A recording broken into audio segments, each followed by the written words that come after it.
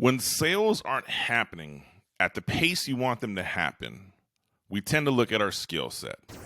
Today's problem we're going to identify and address to those of you who are working in a new sales role or perhaps a new startup. You see, when you're in a new role or with a new company, you're naturally enthused to want to generate sales and drive revenue. The problem here is you haven't done it long enough for that said industry. You may not have all the examples. You may not have all the answers to the objections. Your product knowledge may not be the best right now. So we have to really say, okay, if I want to accelerate the sales process here, I'm going to have to get good at certain skill sets. One of those skill sets that can help accelerate that process is the effective use of social proof. If you're going to use social proof, you have to use it correctly. Incorrect use of social proof indicates to your prospect that you don't fully understand your product offering. Let's talk about that.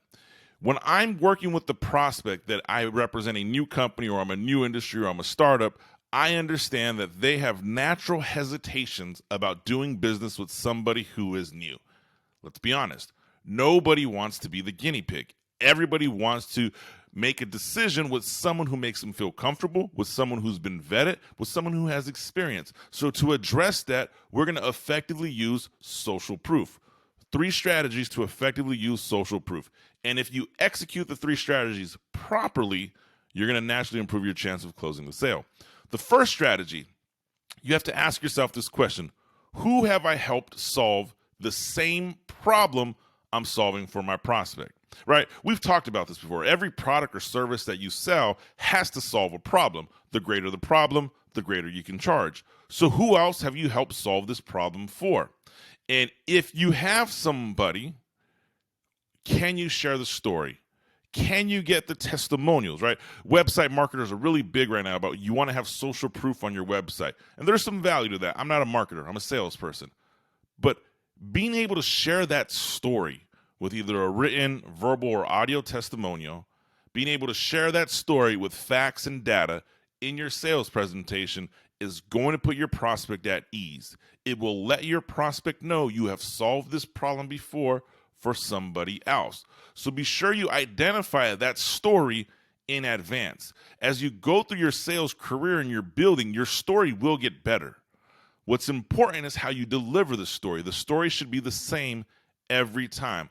I helped a customer who had a similar problem as you. Here's what we did. And if you repeat that story over and over, you're going to get better at telling it, and you're going to deliver the social proof your prospect needs to feel comfortable to do business with you. Maybe you're in a position where you don't have social proof. Maybe you're so new, or your company is so new that you don't have that big social proof, or you don't have social proof that's relevant to the prospect you're speaking with today. To make that adjustment, then you find a relevant case study from the same industry. A relevant case study from the same industry is going to highlight a problem that your prospect is experiencing. And you're going to use the case study to show that there is a credible solution to that problem. A relevant case study lets your person know that the problem they're experiencing isn't isolated to them. It is a global issue, and people around them in their industry are also experiencing that problem, and people around them in their industry are also looking for solutions. You're making this prospect feel comfortable that they are going to say yes. You're making this prospect realize we are not isolated with this. So find that relevant case study.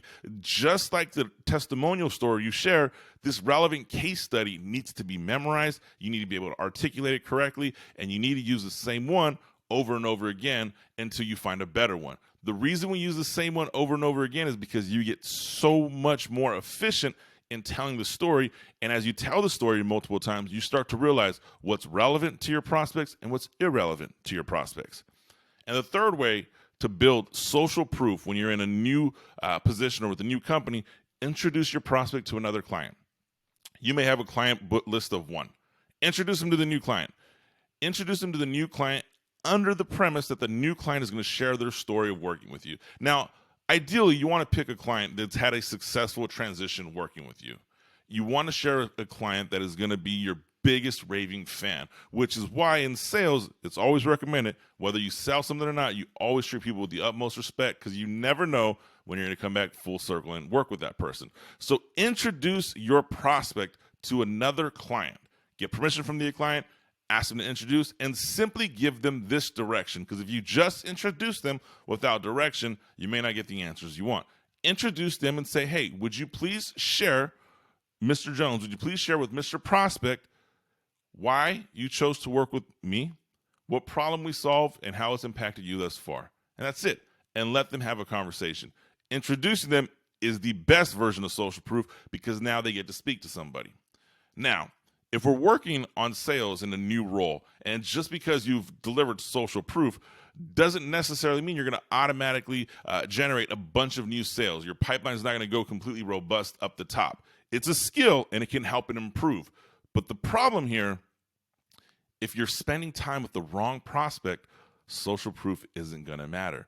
If you're spending time with an unqualified prospect, social proof won't matter.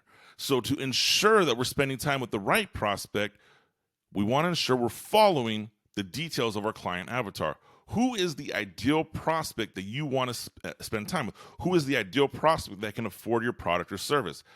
In a sales world, we're often told it's a numbers game. The more calls, the more touches, etc. Well, if those calls and touches and those presentations take place with unqualified prospects, you're just wasting your time. So to ensure that you're going to accelerate the sales growth of your new role in your new company, two things: use social proof and ensure your social proof is targeted at your ideal client avatar. That's what I got for you this week. I'm Anthony Garcia. This is the Catapulting Commission Sales Blog. Do me a favor, like, subscribe, comment below. And if you need help in this process, shoot me a DM, somebody from my team. We'd love to talk with you. Have a great day.